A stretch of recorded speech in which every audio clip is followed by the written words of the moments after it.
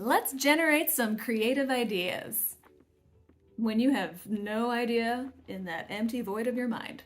Okay, we're talking about word webs and mind maps today. They're the same thing. I use them interchangeably. You might have actually used these like a long time ago if you reach back into the recesses of your memories.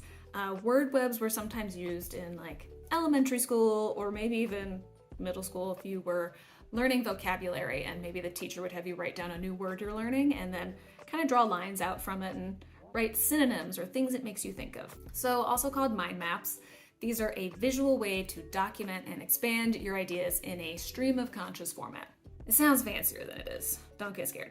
Stream of conscious writing is literally just writing stuff as it comes to you. There's no edits, no double checking, no opening Google, and most importantly, no judgment. You're basically emptying the dumpster fire of your mind onto a page and letting it wreak havoc until it burns out. It's a lot of fun. Okay, free association time. If you want to like pause the video and use this for yourself, you can also just pick a different color. But here's what it looks like. I'm going to retroactively show you the way I used this for an illustration that I did a while ago that was just like for fun. And it was, what if the color pink was a sentient being? I started by putting the prompt in the center of the page, and then I went, well, what shade of pink? Because there's tons of different shades of pink. And then I started putting personality characteristics next to each shade of pink as I was thinking about it. And then I got to thinking, well, like, what physical form is this color going to take? Animal, human, and then I got into, like, the character building side of things where I was like, well, colors are actually perceived differently, and how would that affect things? And I kind of eventually worked my way around to, like, well, this is probably a shapeshifter, because everybody perceives colors differently. Everyone looking at the same color because of their mood and their perceptions of the color may actually see something completely different than the person next to them. And of course, I then put a D&D spin on everything because that's my flavor of nerd and that's what I like to do. And I ended up creating a color elemental, and this is what it ended up looking like. We got a hot pink amorphous shapeshifter color elemental. Other ways to use mind maps and word webs. World, lore, and character building. It helps a lot with D&D or TTRPG players and DMs. I use it all the time. Nerd, essay and presentation topics, plus their key points. I used it a ton in college to figure out what to write for essays.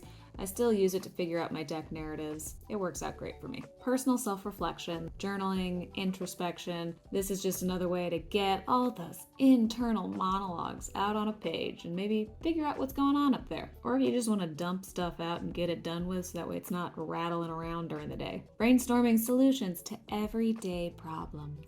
Literally the mundane stuff. So you can look at your day and how you're structuring it. You can be like, oh, there's clearly not enough time for this thing.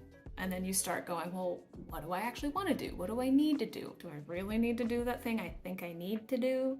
Or do I feel obligated to do that thing? Why do I feel obligated to do that thing? Is it necessary for me to do that? Do I need to set up boundaries with Brenda so that way I don't feel obligated to do that thing because I actually don't? Generating questions. It can be super helpful in team settings. Maybe if you're having to lead a team or if you need to bring interesting things to talk about to a team brainstorm, generating these questions around your initial problem or challenge and then asking your colleagues these open-ended questions to find their POV will help diversify all the different types of solutions that you could possibly use to come up with for that challenge or problem. And then of course, the whole reason we're here, practicing getting comfortable with the abstract. Creative thinking is nothing if not the most nebulous hot mess in the world, but it's a lot of fun. Other ways you can do this is we can do prompts. You can just put down a word. So you can just start with the color blue. And if you just want to stretch your brain and practice, pick an object, pick a color, pick a place, your pet, put it down and just start free associating. Just start writing things down. And it's okay. There doesn't have to be an end goal because the goal is to practice. The goal is to have fun and get your brain out of its rut, out of its routine. Make it feel something different. Light up those little dopamine sensors. Like, ooh, new novel, we love this. It's something different. Use it to come up with a YouTube channel.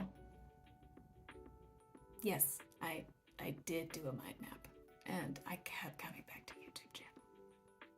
And once again, you don't have to do anything with it. It's okay to do things that don't end up in some kind of monetized form or a form that anyone else sees.